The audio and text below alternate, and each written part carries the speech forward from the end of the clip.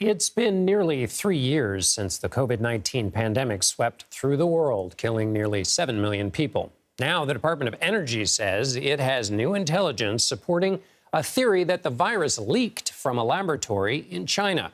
But as Catherine Herridge explains, not everyone is convinced. Cameras went inside the Wuhan labs as the pandemic unfolded 3 years ago. Now, two sources close to the U.S. government probe into the origins of COVID-19 tell CBS News there is new intelligence that points to an accidental lab leak. The sources said the Energy Department has low confidence in the new reporting, though it's not clear whether that reflects weak data or limited intelligence. We really do want to know what happened here. The White House would not endorse the new finding. The intelligence community and the rest of the government is still looking at this. There's not been a definitive conclusion. Intelligence agencies have not been able to agree on how the pandemic that killed more than 1 million Americans started. Several still point to the possibility of natural transmission through animals. The first major outbreak occurred at a Wuhan wildlife and seafood market.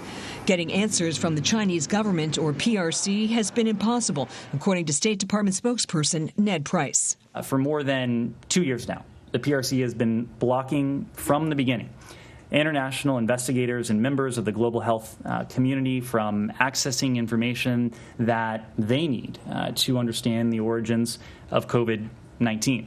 With more than 7 million deaths worldwide, the lack of transparency has frustrated health experts. Why does knowing still matter? Knowing the origins of COVID really matters because it will impact how we prepare for the future. So if this was the result of a lab leak, it may result in tighter safety procedures in the lab, or more regulations on what kind of research is allowed. Whereas if this is a natural occurrence, it does point to the need for better surveillance among animal populations, for example, to see what might be brewing as the next virus there. And later this month, a special congressional committee on China will be holding public hearings on the topic, telling reporters today it's a national security concern that could help prevent the next pandemic and bring some closure to those families, John, who lost relatives or friends to the virus. Catherine, this is such a tantalizing report. What do we know about the Energy Department's new analysis that supports this lab leak theory? What we know independently, John, is that it's highly classified, and that's sort of where our understanding ends. My contacts believe, though, it may be separate from an earlier analysis that was done by the Department of Energy's Lawrence Livermore labs that also pointed to the plausibility of the lab leak theory. And the reason, of course, this is tantalizing is up until now, it's been a dead end with the Chinese government. But this suggests maybe a clearer picture can emerge absent cooperation from the Chinese. But is that possible or at all?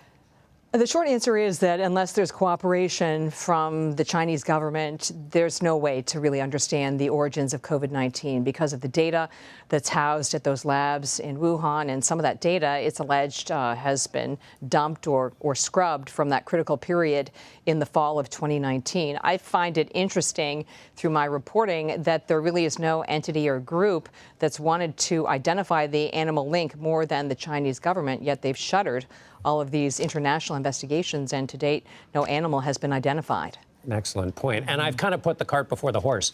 Why the Energy Department?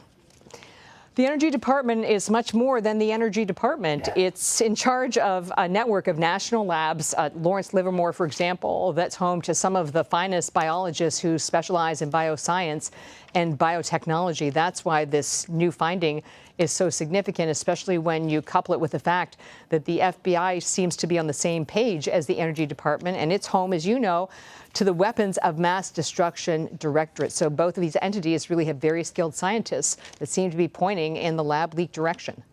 Catherine Herridge for us in Washington. Thank you so much, Catherine. You're welcome.